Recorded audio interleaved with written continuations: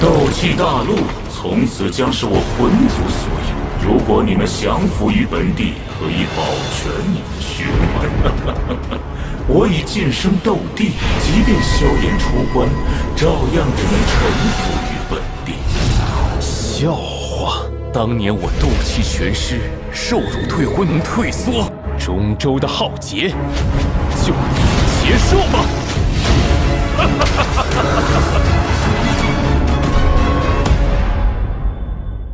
Melawan alam langit yang tak tertandingi, memasuki reruntuhan kuno kekacauan 8. Nyala api itu tampak spiritual, menari di tangan Xiao Yan seperti anak nakal.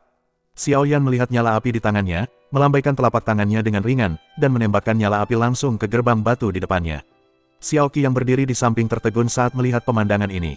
Dia tidak tahu bahwa Xiao Yan memiliki Skyfire, dan menurut pengamatannya, Skyfire Xiao Yan sangat mirip dengan Chaos Shen Yan yang diceritakan kakeknya. Chaos Shen Yan memiliki nama yang sangat terkenal di antara klan Xiao, bagaimana mungkin Xiao Qi tidak terkejut. Api kuning pucat mengalir ke gerbang batu, dan pola aneh di gerbang batu tiba-tiba memancarkan cahaya redup, dan nyala api dengan cepat menyatu menjadi pola aneh ini. Xiao Yan merangsang dendamnya dan meningkatkan kekuatan Chaos Shen Yan. Dengan curahan dendam Xiao Yan, Ximen memancarkan lingkaran cahaya kuning samar. Xiao Yan melihat ini dengan ekspresi senang di sudut mulutnya. Xiao Yan menuangkan lebih banyak Douqi, akhirnya terdengar suara melonggar di antara dua gerbang batu. Xiao Yan tidak berani mengendur, kekuatan jiwa di antara alisnya melonjak, dan Douqi seperti gelombang pasang dituangkan ke dalam Chaos Holy Flame. Ledakan, dengan suara teredam, gerbang batu mulai terbuka perlahan. Ada ekstasi di wajah Xiao Yan, dia tidak berharap untuk berhasil dengan mudah. Dengan lambaian telapak tangannya, Chaos Saint Flame di gerbang batu terbang kembali ke tangan Xiao Yan, dan segera bergabung ke dalam tubuh Xiao Yan.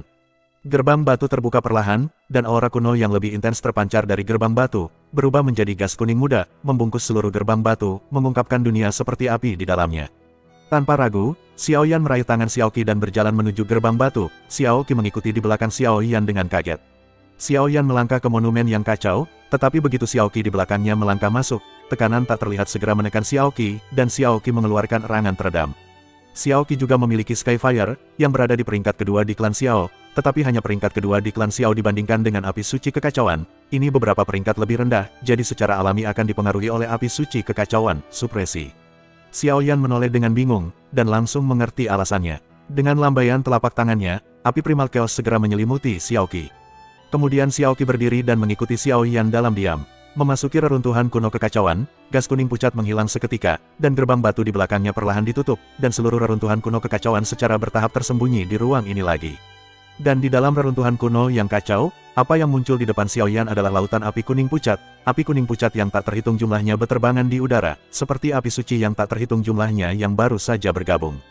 Melihat api kuning muda ini, mata Xiao Yan tiba-tiba berkedip dengan takjub. Dengan lambaian telapak tangannya, beberapa api kuning muda di udara terbang ke tangan Xiao Yan, perbedaan apapun, tetapi juga memiliki napas samar dari api suci kekacauan.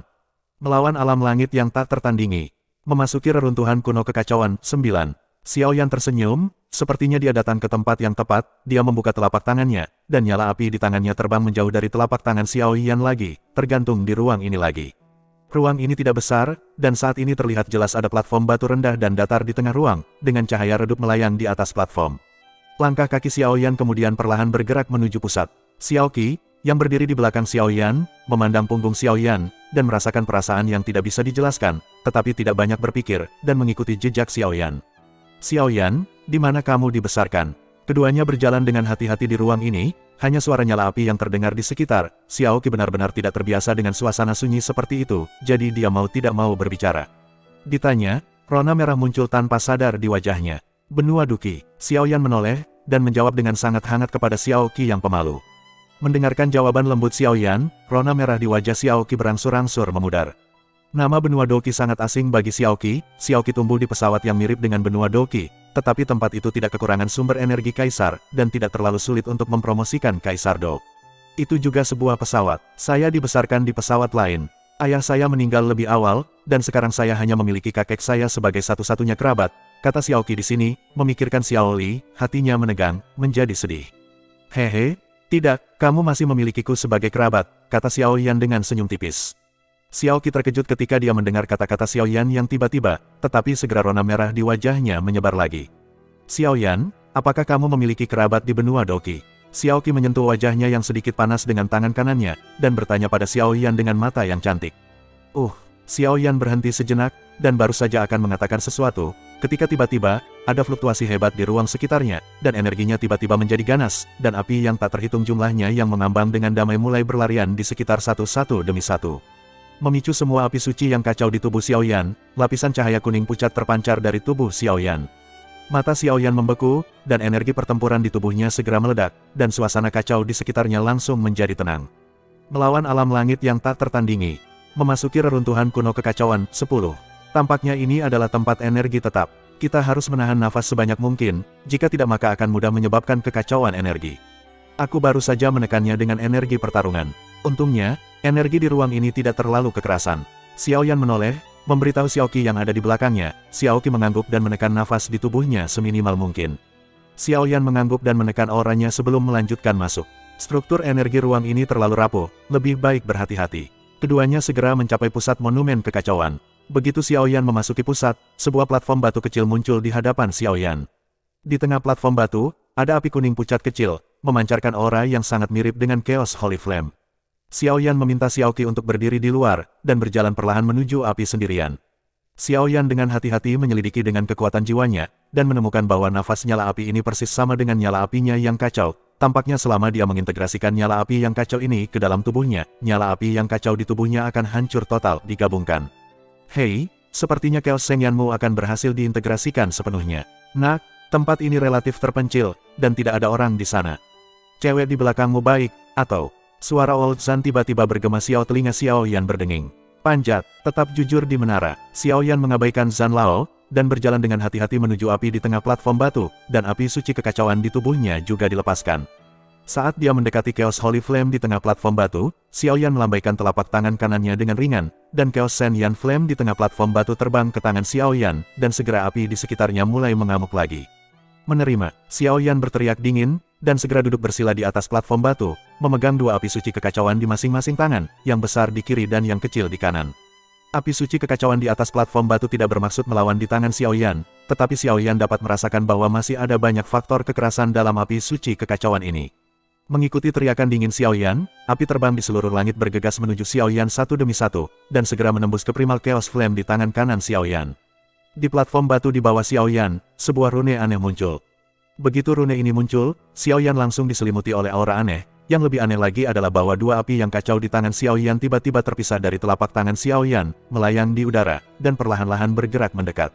Segera setelah kedua nyala api bersentuhan, mereka mengeluarkan suara berkicau, dan energi yang kuat segera keluar, dan semua nyala api yang telah terbang di angkasa mengalir ke nyala api di platform batu asli. Nyala api di ruang angkasa ini mungkin berasal dari nyala api yang kacau ini. Kedua api yang kacau itu terjalin di udara, dan untuk sementara, kedua api yang kacau itu mulai menyatu dengan cepat. Selama proses penyatuan kedua api, samar-samar dia bisa mendengar suara tabrakan terus-menerus di luar situs kuno. Xiao Yan mengerutkan kening. Ketika Xiaoqi mendengar suara tabrakan itu, dia menjadi lebih khawatir. Melawan alam langit yang tak tertandingi. Fusion api suci, 1.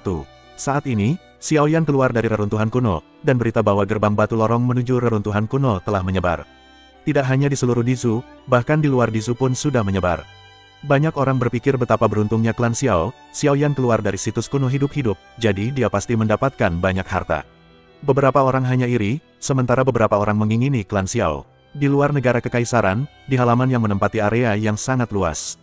Reruntuhan kuno muncul di pegunungan Tianmo Dizu. Seorang pria parubaya dengan rambut merah darah berkata dengan suara kaget dan bersemangat, dan berdiri tidak jauh di depannya Di yang juga memiliki rambut merah darah, tanya pria tua itu. Berita itu 100% akurat, jawab lelaki tua berambut merah itu. Pria parubaya berambut merah, serta beberapa orang lanjut usia lainnya yang hadir, langsung menunjukkan kehebohan. Keluarga saya telah dirahasiakan sejak zaman kuno. Nenek moyang kami jatuh di pegunungan setan surgawi di Dizu. Selama puluhan ribu tahun, kami telah mengirim banyak orang untuk mencari mereka, tetapi mereka semua kembali tanpa hasil. Hari ini mereka akhirnya muncul. Yang tertua di antara yang lebih tua berkata dengan penuh semangat. Bagaimana situasi di sana sekarang? Pria parubaya itu menyela pria tua itu, menatap pria tua berambut merah di depannya dan bertanya. Jalur reruntuhan kuno ini telah runtuh. Pria tua berambut merah itu membungkuk dan menjawab. Apa katamu? Itu runtuh. Tangan pria parubaya berambut merah yang memegang cangkir teh itu tiba-tiba bergetar. Ya, itu runtuh. Hanya satu pemuda yang beruntung dan keluar dari reruntuhan hidup-hidup. Begitu dia keluar, lorong itu runtuh. Pria tua berambut merah itu mengangguk dan menjawab lagi. Ketika pria parubaya berambut merah itu mendengar kata-kata itu, matanya berbinar, dan dia buru-buru bertanya, siapa pemuda itu? Menurut berita, itu adalah murid dari sebuah keluarga di Dizu, dan orang-orang dari cabang lain dari klan iblis telah ditemukan di Dizu. Pria tua berambut merah itu menjawab, aku bertanya siapa pemuda ini?